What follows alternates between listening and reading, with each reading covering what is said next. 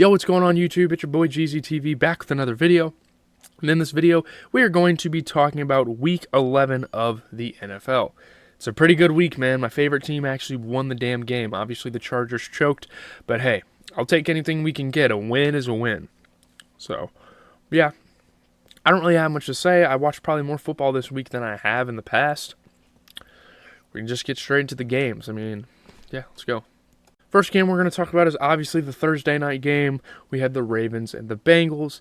I was actually over at my friend's house watching this because they were doing some sports bets. We were kind of tracking them, blah, blah, blah. Ravens handled the Bengals by 14 after Joe Burrow exits in the second quarter with a wrist injury, and I do believe that's unfortunately a season-ending injury for Joe Burrow. Lamar Jackson hurt an ankle and lost one of his top targets to a more severe injury. There was a lot of injuries this game, a lot of key players getting hurt. It really sucks. Yeah, and you know, Ravens got to stack up the wins. They got to win as many games as possible this year. That's really their goal. Very big blow, though. Mark Andrews going down. Yeah, I don't know. It's crazy because the Bengals didn't list Joe Burrow on their injury list this week, but he obviously had problems with his hand going into the game. I don't know, though. If the Bengals don't have Joe Burrow for the rest of the year, they're done. Really. They're on the outside looking in. I mean, Burrow is just that impactful of a player. I mean, when he played, he threw 11 for 17 and a touchdown. You get Lamar Jackson throwing for 16 for 26, 264 yards, 2 touchdowns. I mean, despite the injury, really good game for Lamar Jackson. Gus Edwards had a really good game. 12 carries, 62 yards, 2 touchdowns. Hudson, I'm not even sure who the hell that is for the Bengals. It was like this backup tight end they kept throwing to. He had 4 catches for 49. I don't know what the hell Jamar Chase was doing. Odell probably had one of his biggest games in a while. He had 4 catches for 116 yards. Really good game for Odell there. Now we can get to the Sunday games, and you guys already know I'm going to talk about my Packers first. I do that every time as they played the Chargers this week. Jordan Love's late touchdown pass lifts the Packers to a 3-point victory over the Chargers. With Green Bay down to one healthy running back, Jordan Love realized the Packers' hopes likely rested on his arm, and he decided to go out there, take control, and win a football game. It was great. The deflection from Kenny Clark was insane at the end of the game. Quentin Johnson dropped a pass that probably lost them that game. Justin Herbert was making some pretty good throws. His receivers were dropping a lot of things, but yeah. Romeo Doubs had a great game. Man, Aaron Jones has got to get better. That injury is big time for us. We can't really do much without him. So, yeah, I mean, Justin Herbert, 21 for 36, 260 yards, 2 touchdowns. Really good game from both quarterbacks. Jordan Love threw 27 for 40, 322 yards, and 2 touchdowns. And Justin Herbert, I mean, he just did everything. Austin Eckler had a bad rushing game, so the man went out, had 8 carries, 73 yards. Get this man some help. I think he needs to be on a new team. Jaden Reed for the Packers. I mean, he had 3 carries for 46 yards and a touchdown. That's really huge. We needed him down that stretch. Dontavian Wicks had a really good breakout game, 3 catches for 91. You get Keenan Allen going for 10 catches, 116 yards, and a touchdown, kind of continuing his consistency in his career. So, yeah, pretty solid game. Next, we got the Steelers and Browns, probably one of the more poverty games of the week. Rookie quarterback Dorian Thompson-Robinson rallies the Browns to a last-second 3-point win over the Steelers. As Dorian Thompson-Robinson sat in the back of a golf cart swiping through text messages overwhelming his phone, wide receiver Elijah Moore slid into an empty seat behind the quarterback. And, yeah, man, big game for him. I mean, the Browns are just able to piece wins together, which is great. They're 7-3. Yeah, the game-winning field goal. A lot of game-winning field goals in the last couple weeks. Myles Garrett picked up a Steelers helmet and actually gave it back this time. That was funny. Jaylen Warren had a huge run. There was a lot of interesting overturned calls. There's a lot of frustration surrounding the Steelers offense, and any player on that team will let you know about it. I mean, it is really frustrating. I mean, Kenny Pickett, 15 for 28, going against DTR, a rookie, throwing 24 for 43. He did have an interception. I'm not going to sit here and say he had a good game. But Jaylen Warren played good. I mean, 9 carries, 129 yards, and a touchdown. That's really the only positive about their offense. Elijah Moore went out there, had 6 catches for 60, so that's pretty big. Yeah, man, it's Canada. Blame Canada. That whole Simpsons meme thing, that's very true here. Like, their offense is garbage because of him. A somewhat sloppy game here. Up next is the Cardinals and the Texans. C.J. Stroud leads the Texans to a 5-point win over the Cardinals despite throwing a season high, obviously a career high, 3 interceptions, was able to overcome, able to win the game. C.J. Stroud was asked if he'd think twice about making certain throws after he was intercepted a season high 3 times in Houston's win over Arizona. You can't live with regrets, man. C.J. Stroud got it done. Tank Dell had a nasty catch. The 4th down stop got him the win. You know, C.J. Stroud made some mistakes, but he relied on his teammates. He knew they could get some sort of job done. Kyler Murray had a nice rush touchdown. Yeah, man. Pick in the end zone is always tough. But C.J. Stroud still ended up 27 for 37, 336 yards and 2 touchdowns. It's not that he can afford to throw 3 picks. And, I mean, Kyler Murray played pretty solid as well. 20 for 30, 214 yards and a touchdown. He threw a pick as well. But, I don't know, man. I'm not going to shit on C.J. Stroud too much. He's a damn rookie, for crying out loud. Devin Singletary had an amazing game, though. 22 carries, 112 yards, and a touchdown. Same with Tank Dell. This offense is just cooking this year. Man, 8 catches, 149 yards, and a touchdown. Fantastic. Shout out to Dortch on the Cardinals as well with a solid game. 6 catches for 76. Their number 1 guy changes every week. I mean, the Cardinals are in desperation mode at this point. But yeah, you gotta give the Texans credit. They won a football game here.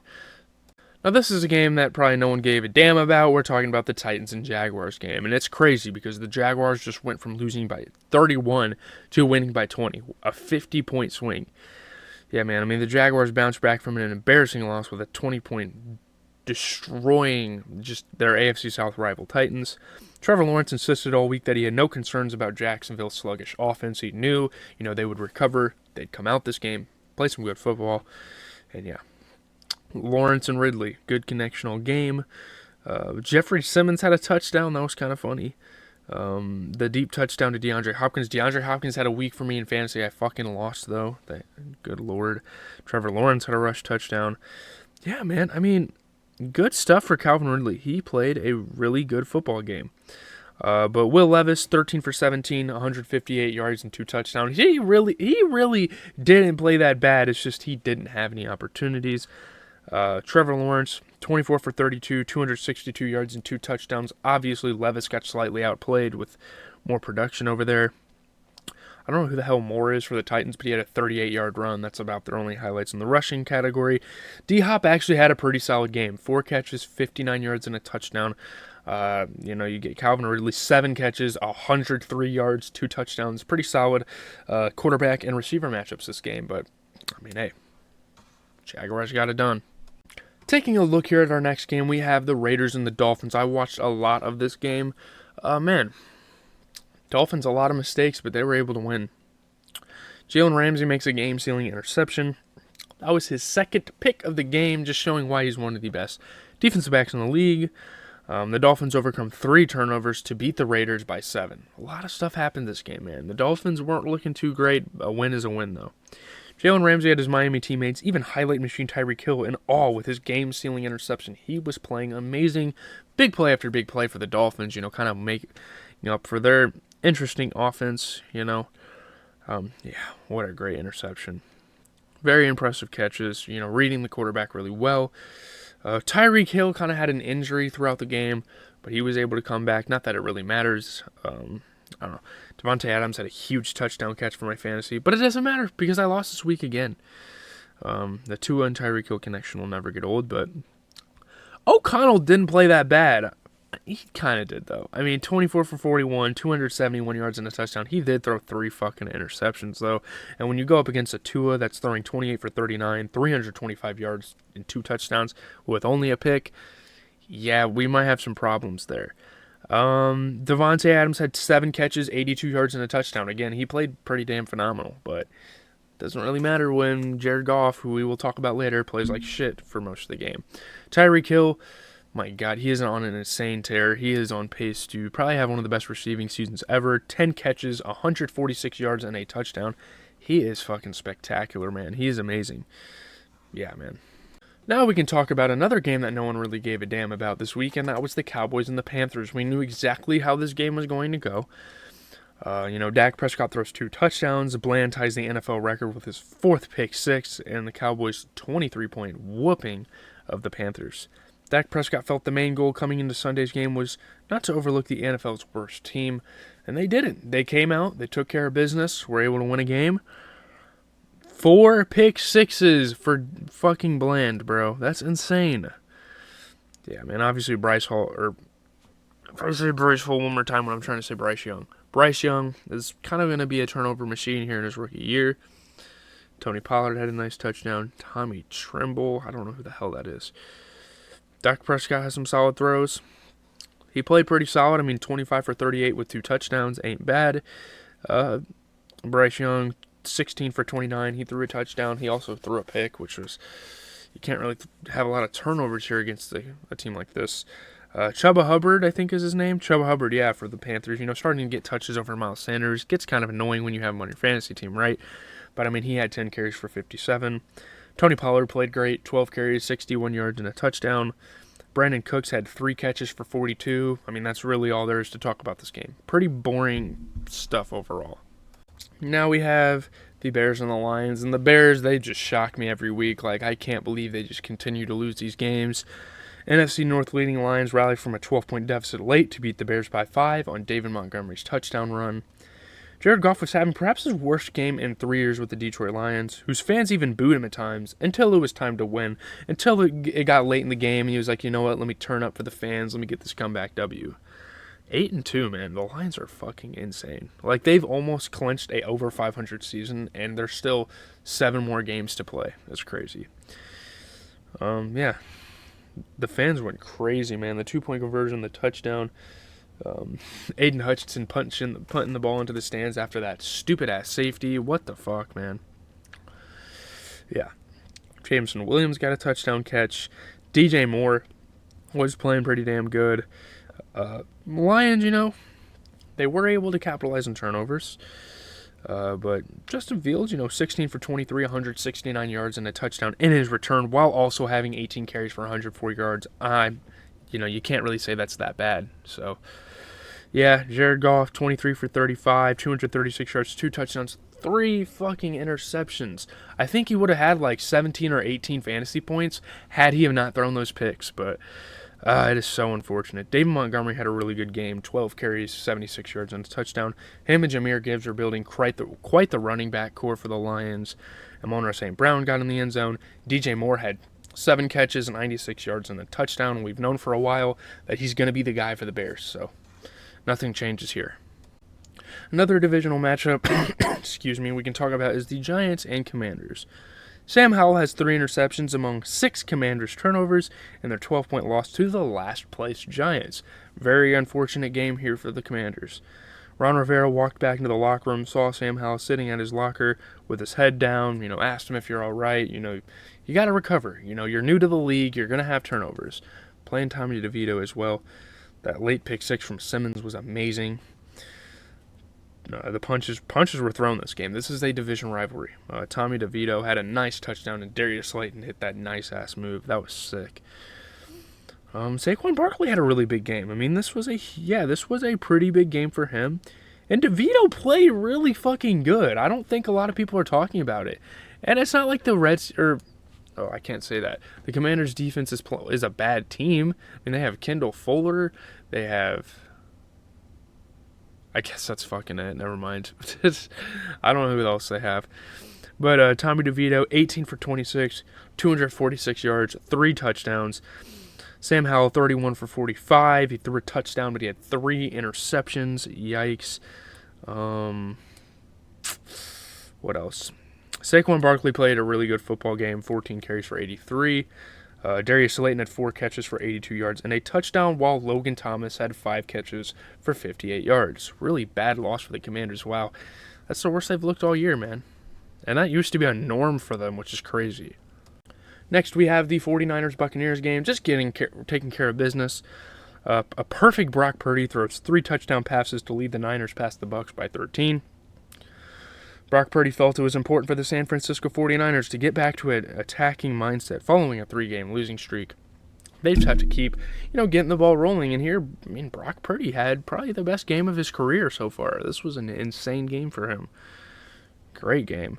Baker Mayfield, obviously, the late interception cost them. Rachaad White had a touchdown. Yeah, just floating it up. Brock Purdy just putting it right in the right spot. Hufanga got injured after getting juked. Hopefully he's okay. Really big part of their defense. They already don't really have that many defensive backs to begin with. But yeah, Baker Mayfield, 29 for 45. He threw a touchdown, but he threw a pick as well, which is pretty costly later on. This dude, Brock Purdy, what the fuck, dude? This dude threw, 79%, 333 yards, 3 touchdowns, just a flawless game. Probably one of the best quarterback performances, especially efficiency-wise, I've seen all year. Rachaad White got in the end zone. Cade Otton had 4 catches for 49, and Brandon fucking Ayuk. Just he's the number 1 receiver now. I mean, there were some doubts. George Kittle and Debo could have had it. But, dude, 5 catches, 156 yards, and a damn touchdown, bro. He's insane, man. He is an insane player. Gotta love it. Gotta respect Brandon Ayuk. He is amazing. So, yeah. Man, you gotta feel for the Jets because they actually have something to fight for this year with, the looming return of Aaron Rodgers. And they were just about to hit 500, and then they see on the schedule, we have to play the Bills, who at the time of this game really wasn't a good team. Obviously not a bad team, though. I don't know. Josh Allen and the Bills offense reawakened in a 26-point victory of the division rival Jets. Josh Allen put aside shouldering the blame of getting his offensive coordinator fired this week by placing an emphasis on injecting a little more energy and joy into his on-field performance. You got to play with pride. You got to play with passion for the game. That 81-yard. And it's funny because there was an 81-yard touchdown. There was a 76-yard touchdown. Both of those competing for the longest touchdown of the year. It was funny. There's some nice Jets fourth down stuff. Some decent play calls a couple times. And yeah, Taylor Rapp left the game in a damn ambulance. I mean, it's just the Buffalo curse at this point. Everyone's leaving on damn ambulances. Bill's doing good with the turnovers, able to score off of them. Man, Reggie Gilliam on the opening kickoff just set the tone for the game. Just cracked a guy. It was crazy. Zach Wilson threw for 81 yards and a touchdown, threw a fucking pick. He played awful. Josh Allen, 20 for 32, 275 yards, 3 touchdowns, but it isn't a Josh Allen game without an interception. It's whatever. They won the game, but yeah. Breece Hall doing pretty good on the receiving end, getting 5 catches, 50 yards, and a touchdown. Shakir, 3 catches, 115 yards, and a touchdown. You don't see Stephon Diggs up there, man. That is kind of crazy. Or Gabe Davis. So many options that could be over there, and look at that. Khalil Shakir. Big game for him. Really big breakout, so yeah. Next, we got the Seahawks and Rams game, which was pretty boring for a while. I kind of missed the end of the game, but Rams were able to win this. Quite impressive. I am impressed. The Rams rallied from a late deficit and snapped their 3-game losing streak with a 1-point win over the Seahawks. Matthew Stafford left the field hunched in pain after a disastrous flea flicker ended with Stafford taking a massive hit to the chest while throwing an interception, with his Los Angeles Rams already trailing by 9 points. But they were able to beat the odds. They were able to come out on top, and Jason Myers missed the game-winning field goal, which is super unfortunate because Seahawks need games like this. They need to prove that they're actually a decent team. Darrell Henderson had a touchdown. Geno Smith had a hard hit. A lot of injuries this week. Cooper Kupp got hurt.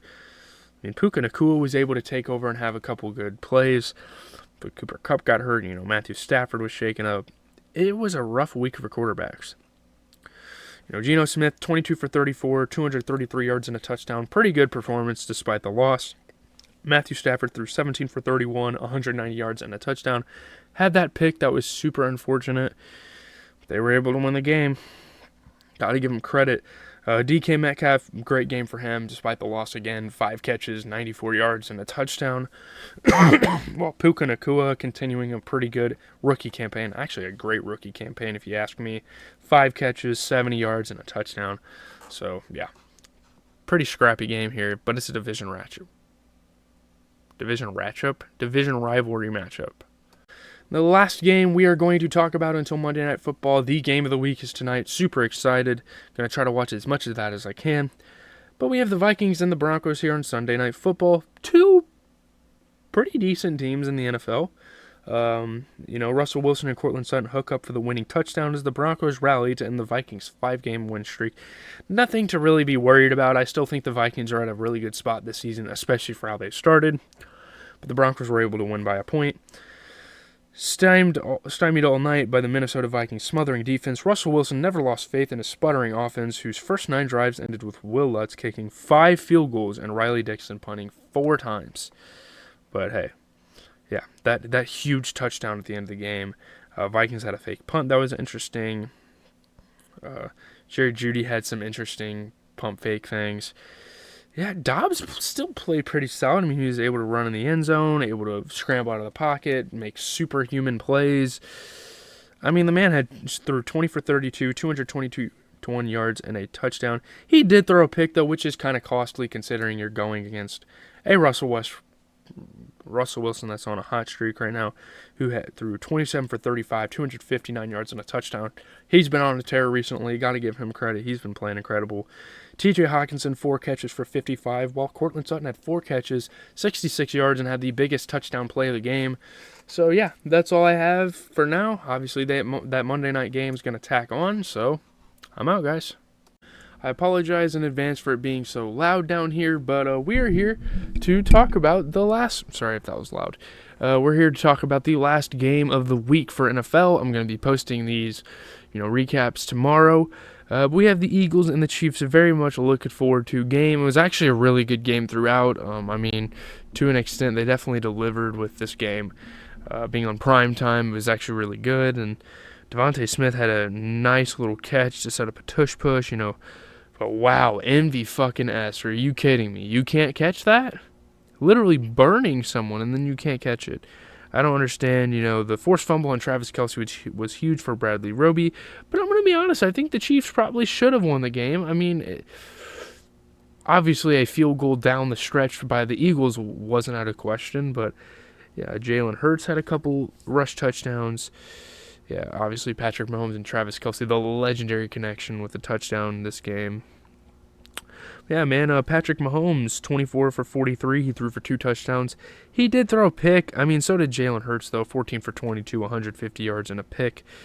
Kind of a sloppy game here. Very sloppy primetime game. 2 really good defenses, though. And honestly, the Chiefs have a super underrated defense. But pretty good performances. I mean, DeAndre Swift, 12 carries, 76 yards, and a touchdown. You get Devonta Smith with 6 catches for 99 yards. And you get this Watson guy, Justin Watson. He plays like tight end / receiver. He had 5 catches for 53 yards and a touchdown. Pretty big game for him. He's been a guy that the Chiefs have been relying on lately. But yeah, I don't really have much to say. MVS, catch the damn ball. I'm out. I'll catch you guys in the next one. Every single week of the NFL season, we've been talking about all the games, so it's lit. I'm going to go watch the rest of the Warriors-Rockets game, get to that recap, and then probably watch YouTube for the rest of the night. Probably not going to stream tonight, but we will stream for the rest of break. Yeah.